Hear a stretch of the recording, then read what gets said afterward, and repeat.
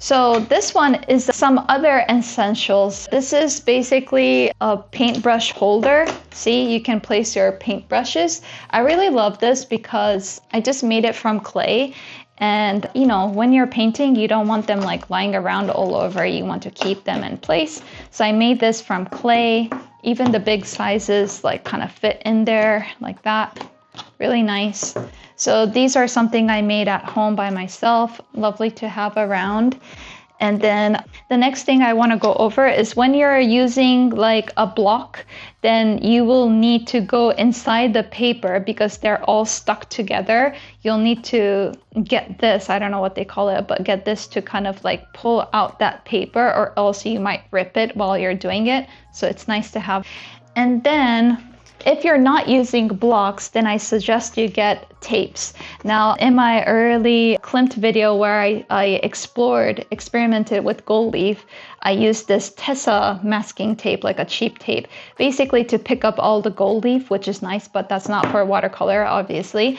But I found the frog tape to really be the best for watercolor, where it didn't, you know, tear the paper, because a lot of them can tear. So this one didn't tear, and it didn't seep any of the watercolor paint through the tape, because sometimes you want to get that crisp, clean edge. So this works.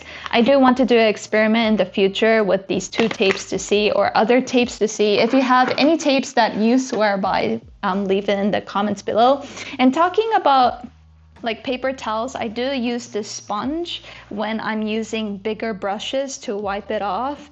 And then when I do use the bigger brushes, okay, obviously these palettes, or even I want a pool of a certain color to create a wash, then I would find these bigger palettes really nice, because you can mix in one color here, like a whole color, and go in with a wash. So this I typically use. I have different styles of works, usually 3, but one of them is going to the open studio at a nearby art center to do the drawing open studio, where I do, you know, I create one piece within an hour or an hour and a half. So that means I have to quickly go in. So this palette is what I use, and this brush is what I use. I just love this brush.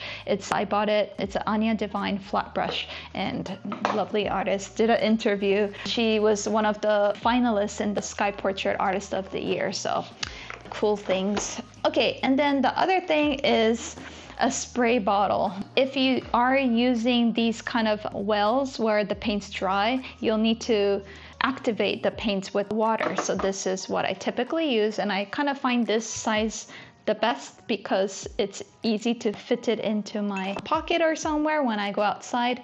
Other things that you might want to consider, I didn't include it in the 5 essentials, is varnish. Okay, the reason why is because the painting can exist without a varnish, but if you want to get that extra coverage against water or dust or even UV protection, which I have to test a bit because I've done a light fast test before, and then basically it didn't give me any different results. But that time I used Schmincke UV varnish, and I only sprayed 2 coats, so we'll have to test that in the future video.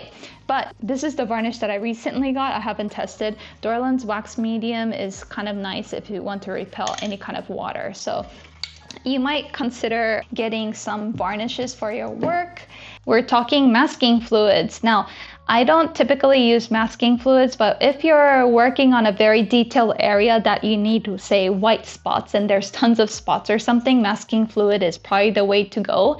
And once it dries, you paint over them. Lovely things.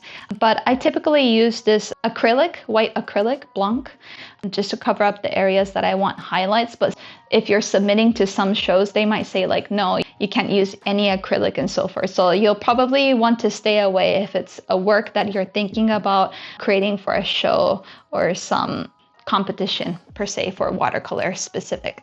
Okay, and then the next things that I use is typically when I erase some things and there were dust and everything, I would kind of like, use this to clear up the space, but now I totally use this desktop vacuum cleaner. It's really nice. It just like does the job. And I also used it when I used gold leaf, which it creates all these gold dust everywhere. So this was a game changer. Whenever I get a paint, I create these swatches. I'm sure you do too. I'm still looking for somewhere that might sell this template as a rubber stamp, so I don't have to draw all these, but I'm still looking for it. But anyways, I always create these swatches when I buy like new paint tubes.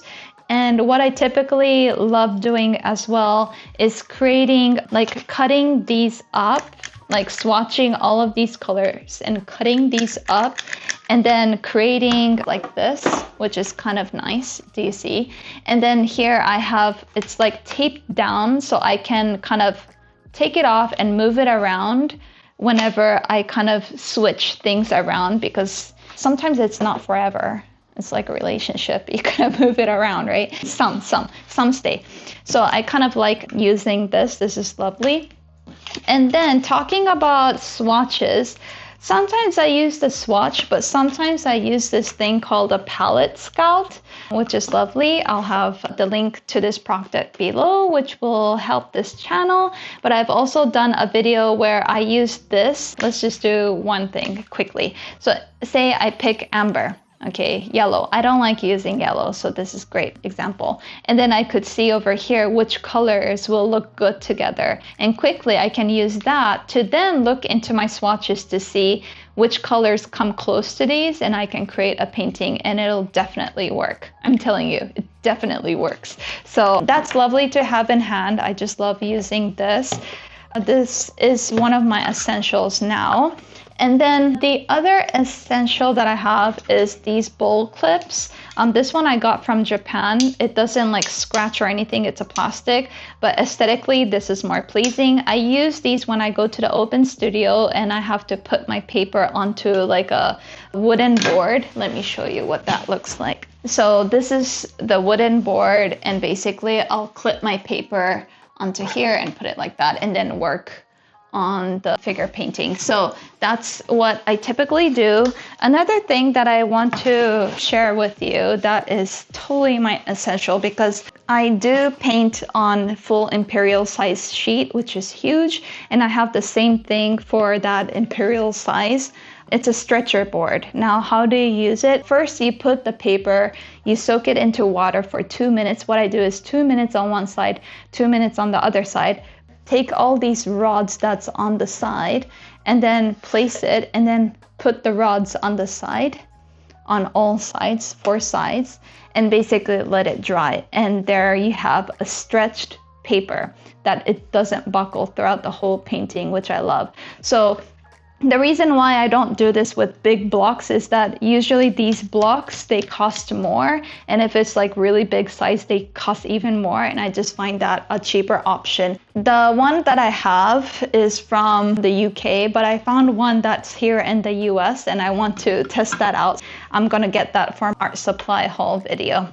So that's basically it. Oh my God, this is so many. So I hope you enjoyed the video. And if you're kind of like, well, I don't really want to pay so much money for the paints. I don't even know if I'll like them or, you know, whatever.